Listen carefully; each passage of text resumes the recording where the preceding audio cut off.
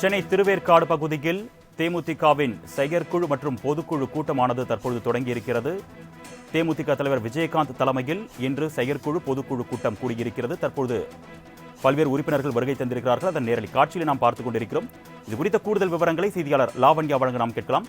வணக்கம் லாவண்யா, இந்த செயற்குழு பொதுக்குழு கூட்டத்தில் என்னென்ன முக்கிய முடிவுகள் எடுக்கப்படுறதுக்கு வாய்ப்பு இருக்கு? விவரங்கள்.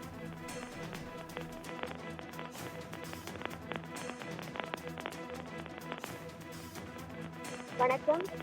சென்னை திருவேற்காடு பெருமாள் அகரம் பகுதியில் உள்ள தனியார் திருமண மண்டபத்தில் தேசிய முற்போக்கு திராவிட கழகத்தின் தலைமை செயற்குழு மற்றும் பொதுக்குழு கூட்டம் நடைபெற்று வருகிறது. தமிழ்தாய் வாழ்த்துடன் இந்த கூட்டமானது தொடர்ந்து நடைபெற்று வருகிறது. தேமுதிக நிறுவன தலைவர் விஜயகாந்த் இன்னும் சற்று நேரத்தில் தொண்டர்களை சந்திக்க இருக்கிறார். கழக பொருளாளர் பிரேமலதா விஜயகாந்த் கழகத்தின் ஆக்கப்பணிகள் குறித்தும் எதிர்கால திட்டங்கள் குறித்தும் கலந்து ஆலோசித்து சிறப்புரை வழங்க இருக்கிறார். இக்கூட்டத்தில் தலைமை கழக நிர்வாகிகள், கழக உயர்மட்ட குழு உறுப்பினர்கள், தேர்தல் பணிக்குழு செயலாளர்கள் என முக்கிய பொறுப்பில் அங்கம் வகிக்கும் நிர்வாகிகள் கலந்து கொண்டுள்ளனர். தேமுதிகவின் செயற்குழு மற்றும் பொதுக்குழு கூட்டத்தில் நாடாளுமன்ற தேர்தலை முன்னிட்டு முக்கிய தீர்மானங்கள் எடுக்கப்பட உள்ளன.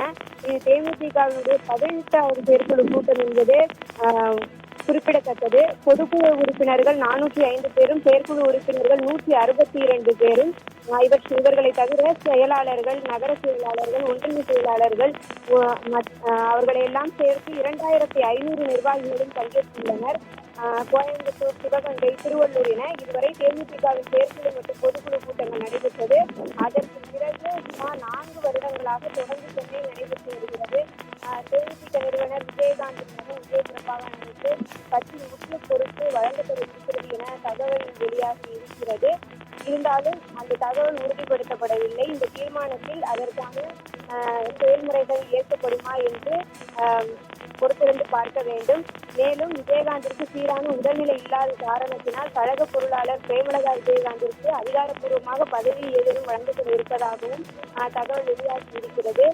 இந்த கூட்டத்தில் முக்கியமாக மாநில துணை செயலாளர் சுதீஷ், கழக துணை செயலாளர் பார்த்தசாரதி, அவைத்தலைவர் டாக்டர் இளங்கோவின், கொள்கை பரப்பு செயலாளர் அழகாபதி ராஜ், பேரவை செயலாளர் காளிராஜன் உள்ளிட்ட பலர் இந்த கூட்டத்தில் முக்கிய நிர்வாகிகள் ஆகியோர், தொண்டர்கள் ஆகியோர் கலந்திருக்கின்றனர்.